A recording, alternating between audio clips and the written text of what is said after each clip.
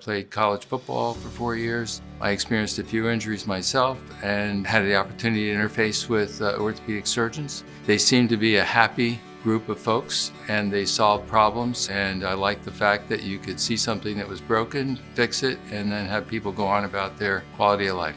My name is Thomas Westphal. I'm an orthopedic surgeon. I am the chairman of the Department of Surgery at Lancaster General Hospital at Penn Medicine.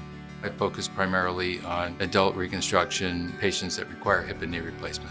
Over the course of the 35 years I've been in practice, things have really evolved significantly as far as materials and also the minimally invasive nature of the surgeries that we do, with patients that initially would stay in the hospital 3 or 4 days, and now they go home on the day of surgery. But the second aspect is using modern computer technology and robotics to do, for instance, knee replacement. And so that's made a significant change in terms of the precision of the operations that we perform.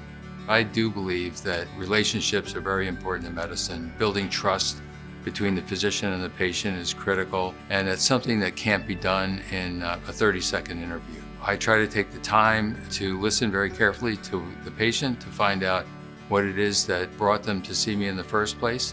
And I also think it's critically important that folks understand there are some variety of outcomes possible, and the choices that we make start with, for me, conservative measures, such as the use of diet and exercise, for instance, for people that have weight-bearing joint pain. Surgery is always the last resort.